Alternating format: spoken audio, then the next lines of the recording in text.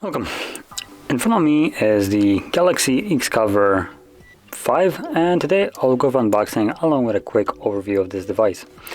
So let's pop it open. I'm gonna grab a knife. There we go.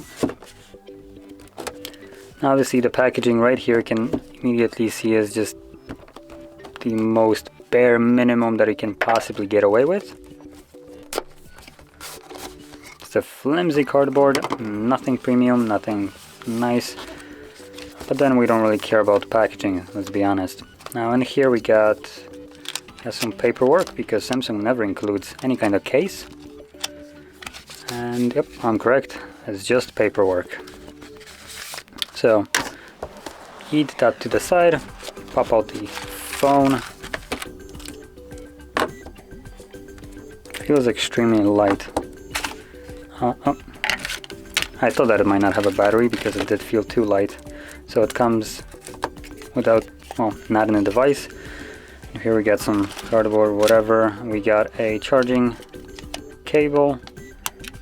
Let me quickly check. It looks like it's Type-C, but I just want to make sure. And yep, it is a Type-C cable. So Type A to Type-C, which isn't necessarily what Samsung includes right now with their devices. So I assume they're just getting rid of old stock, because this is what the older chargers used to be like. Nowadays we have the Samsung chargers come basically Type-C to Type-C, so this is not it. Anyway, actually probably should just leave that right here just so you can see what's in there. There we go. Let's unpack the battery, which is something that I didn't think I'm gonna say in 2021, but here we go. So can I just like push it out? Oh yeah, I can. There we go. Good that it's a robust phone, so I can just toss it around.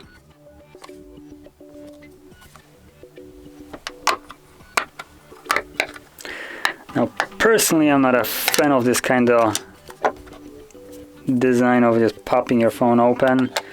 It does help you with changing out the batteries and all that stuff, but I never really like, especially when you drop the phone and everything just comes apart. It's like battery falls out, the case opens, it's just never fun. So anyway, now that the battery is in, we can power it on.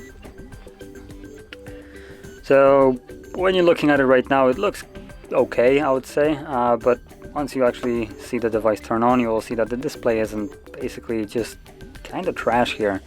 Number one, it is not an AMOLED display, which I'm kind of used to with almost every Samsung device. Even the budget ones comes with it. This one does not. But yeah, anyway, let's actually get into the specifications. So the display here is a 5.3 inch display with a resolution of 720 by 1480p, and it's an PLS IPS display. Easier said, just IPS probably. And it's a 67.7% screen to body ratio, so again, and this will feel super outdated. And then it has a pixel density of 311, and oh my, that looks terrible. Gee, those bezels are huge.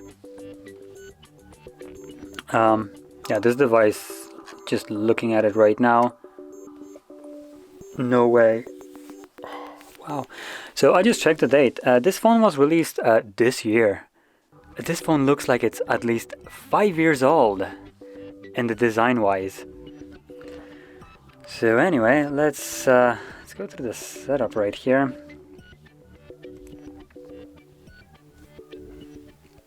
I'll quickly skip through almost everything I can.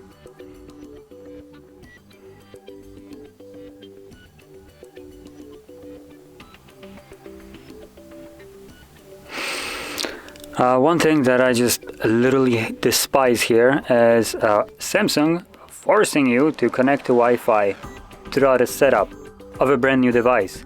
It's not locked. Why the hell would I need to connect to Wi-Fi? I want to skip it for...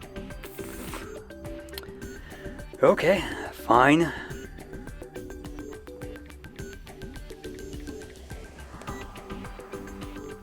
It's not really about the fact of connecting to Wi-Fi or not, it's more about the choice, especially when you're setting up the device. You're literally forced into it for some unknown reason. It shouldn't be like that. No other device does it. There's no excuse for this.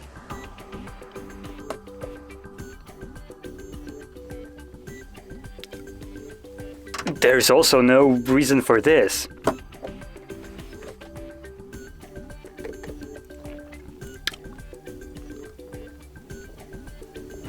Great.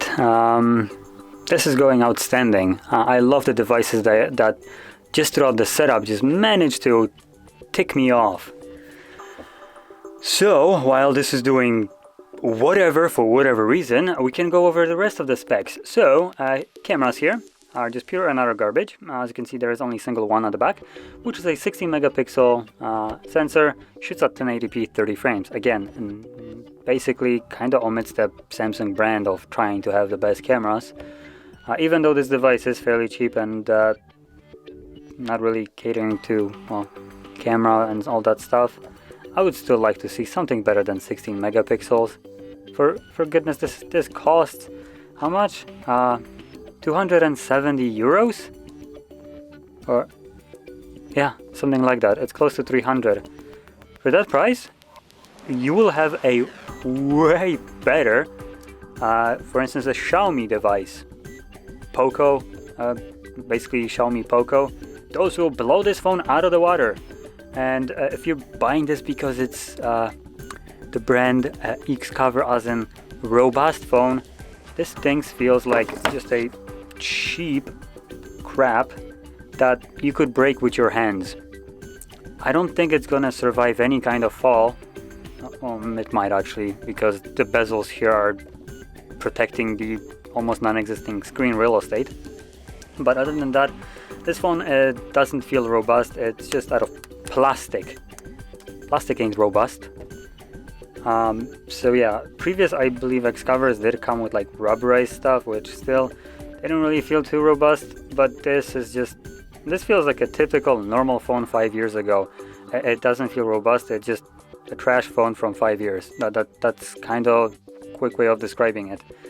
It has nothing to really go for it. Cameras are crap. Can I now like set it up without resetting it? That would be amazing. So apart from that, we also have at the front 5 megapixel selfie camera. Then we have an Exynos 850, 4 gigabytes of RAM, 64 gigabytes of built-in storage, 3000 milliamp hour battery, and 15 watt charging.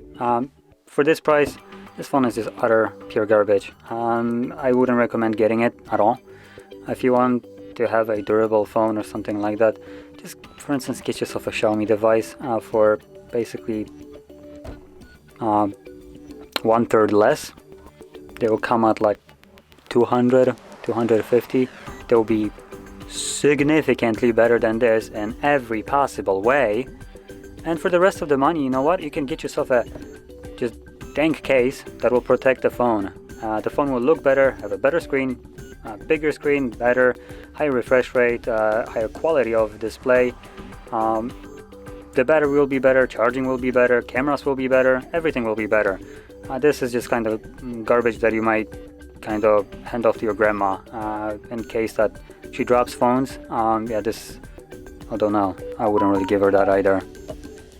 So yeah, that being said, I wouldn't really want this phone. If the only reason why I would go with a cheap Samsung device, like for instance this one, would be probably only for the Samsung tags. But that is just neither here nor there. If you're not planning to use the tags, which are Samsung brand only, for Samsungs basically, and then there's no reason to get this. Just go with any kind of other device that will work way better than this. And that's kind of what I will leave it at. Not worth the money, and that's it. So if you found this very helpful, don't forget to hit like, subscribe, and thanks for watching.